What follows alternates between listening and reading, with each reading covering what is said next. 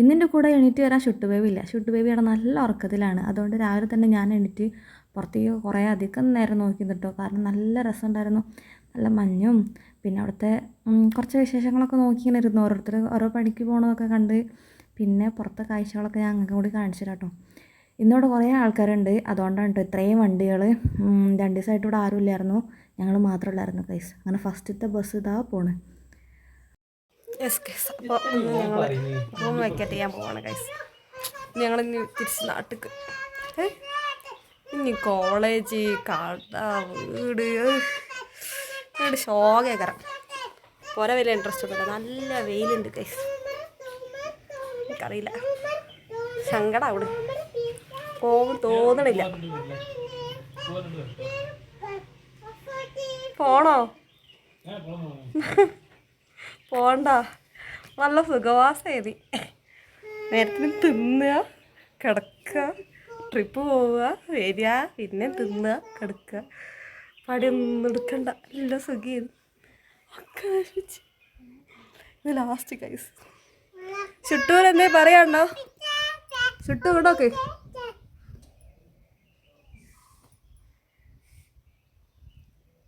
ഒരു പാട്ടാടി തരോ?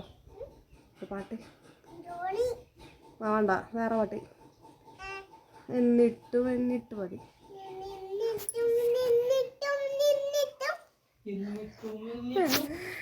അപ്പം അത്ര ഉള്ളോ? പോവാണ് ഗൈസ്.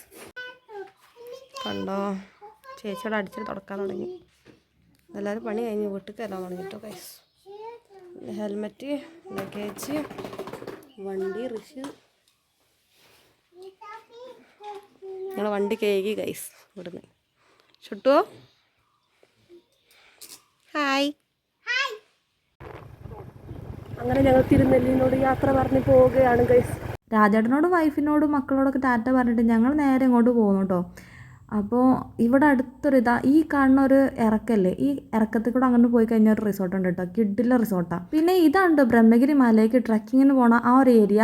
ഫോറസ്റ്റിൻ്റെ പെർമിഷനോട് കൂടിയിട്ട് അവർ തന്നെയാണ് കേട്ടോ കൊണ്ടുപോകാറുള്ളത്. രാവിലെ ചെന്നിക്കണേ ടിക്കറ്റ് എടുക്കാൻ പറ്റും. അന്നേരം ഓല കൂടെ തന്നെ ഗൈഡിനെ കൂട്ടി പോവാം കേട്ടോ. രാജേട്ടന് ഓലിങ്ങനെ പറഞ്ഞ് കേട്ടിട്ടുണ്ട് ഇതിൻ്റെ മുകളിൽ ചെന്നിക്കണ്ടേ അടിപൊളി വ്യൂ ആണ് എന്നൊക്കെ പറഞ്ഞ് കേട്ടിട്ടുണ്ട് കേട്ടോ. അവരൊക്കെ പോവാറുണ്ട് ഇടയ്ക്ക്. ഇവിടുത്തെ നാട്ടുകാർക്ക് ഇതിൻ്റെ പെർമിഷൻ്റെ ഒന്നും ആവശ്യമില്ല, അവർക്ക് പോവാം കേട്ടോ. അങ്ങനെ ഇവിടെ ഒരു റിസോർട്ടുണ്ട്. അതിൻ്റെ അടുത്ത് വെച്ച് ഞങ്ങൾ കുറച്ച് മാൻകൂട്ടത്തിനെ കണ്ട്. പിന്നെ പഴയ അമ്പലം ഉണ്ടല്ലോ, അവിടെ നിന്ന് കുറച്ച് അങ്ങോട്ട് പോയിട്ട് അവിടെ വെച്ചിട്ട് ഞങ്ങൾ കുറച്ച് മാൻകൂട്ടത്തിനെ കണ്ടു കേട്ടോ. പിന്നെ അധികം ആനിമൽസ് ആയിട്ടൊന്നും കിട്ടിയിട്ടില്ല. പിന്നെ പോണ വഴിയിലെങ്ങാണ്ട് ഒരു ആനനെ കണ്ടിട്ടുണ്ടായിരുന്നു, പക്ഷേ ഞാൻ അതിൻ്റെ വീഡിയോ എടുക്കാൻ കഴിഞ്ഞില്ല. പിന്നെ കാട്ടിൻ്റെ ഉള്ളിലായതുകൊണ്ട് നമുക്ക് അധികം വീഡിയോ എടുക്കാനൊന്നും പറ്റില്ല. അങ്ങനെ ഞങ്ങൾ മാനന്തവാടിക്കുള്ള റൂട്ട് അടിച്ചിട്ട് ഏതോ ഒരു പാടത്തിൻ്റെ വരമ്പത്ത് കൂടെ ഒക്കെ പോകേണ്ട ഒരു റൂട്ടൊക്കെ വന്നിട്ടുണ്ടായിരുന്നു. പക്ഷേങ്കിൽ ഞങ്ങൾ മാനന്തവാടി ടൗൺ ടച്ച് ചെയ്യാണ്ട് ആ റോട്ടുമേക്ക് എത്തിയിട്ടുണ്ടായിരുന്നു കേട്ടോ. അങ്ങനെ വളഞ്ഞ് ഞങ്ങൾ എന്തായാലും ഇവിടെ എത്തിയിട്ടുണ്ട്. പക്ഷേ ഇവിടുത്തെ സീൻ എന്ന് പറഞ്ഞിരിക്കണമെങ്കിൽ ഒരു കിട്ടില്ല സീനാണ്. കണ്ടില്ലേ എന്ത് ഭംഗിയല്ലേ, ഫുള്ള് വയൽ. ഞാൻ വിചാരിച്ച് ഇതൊക്കെ ഒന്ന് പൂത്ത് നിൽക്കുന്ന ടൈമില്ല, അതായത് നെല്ലൊക്കെ ആയി നിൽക്കണ അല്ലെങ്കിൽ ആ പച്ചപ്പ് വരുന്ന ടൈമിലൊക്കെ വന്ന് നിൽക്കുകയാണെങ്കിൽ ഒരു കിട്ടില്ല സ്പോട്ടേക്ക് ഇട്ടത്. അങ്ങനെ ഞങ്ങൾ പോന്ന് എവിടെയോ എത്തിയപ്പോൾ ഞങ്ങൾ ചായ കുടിക്കാൻ കയറി. അതിൻ്റെ തൊട്ടടുത്തുണ്ടായിരുന്ന ഈ ഒരു സംഭവങ്ങളൊക്കെ വിൽക്കുന്ന കടയില്ലേ, അവിടെ കയറിയിട്ട് ഋഷി ഇത് തൊട്ട് വെക്കുന്നത് മരം തന്നെ ആണോ എന്നൊക്കെ. പക്ഷേ സംഭവം മരം തന്നെയാണ് കേട്ടോ. പിന്നെ ഇവിടെ കഥകളീൻ്റെ കുറച്ച് ആ ഒരു ഫോട്ടോസൊക്കെ കണ്ടില്ല, എനിക്കത് ഭയങ്കര ഇഷ്ടപ്പെട്ടു. പക്ഷേ വാങ്ങാൻ കഴിഞ്ഞിട്ടില്ലെങ്കിൽ ഞങ്ങൾ നോക്കിയിരുന്നു കുറേ നേരം. വാങ്ങാൻ വേറെ ഒന്നുമല്ല, അതൊക്കെ അവിടെ കൊണ്ടുപോയി തൂക്കാനാണ് വിചാരിച്ചിട്ടാണ് വാങ്ങാത്തത്. അങ്ങനെ ഞങ്ങൾ വയനാടിൻ്റെ ആ ഒരു എൻട്രൻസ് കടന്ന് ഞങ്ങൾ നെരച്ചുരത്തിൻ്റെ അടുത്ത് ഗൈസ്. ഇവിടെ കേട്ടോ ഞങ്ങൾ പോയപ്പോൾ രാവിലെ തന്നെ നോക്കി നിന്നത് ഇതുവഴി തന്നെ കോട ഇങ്ങനെ ഇറങ്ങി വന്നിട്ടുണ്ടായിരുന്നു ഗൈസ്. അതൊരു വല്ലാത്ത ഫീല്. വൈകുന്നേരം ആയപ്പോൾ ഞങ്ങൾ എത്തിയപ്പോഴും കോട മൂടിയിട്ടുണ്ട് കണ്ടോ. കുറച്ച് ഇതിൻ്റെ ഫോണിൻ്റെ ക്ലാരിറ്റി കുറവല്ല, ഇതിവിടെ കോട മൂടിയതാണ്, അതുകൊണ്ടാണ് കേട്ടോ.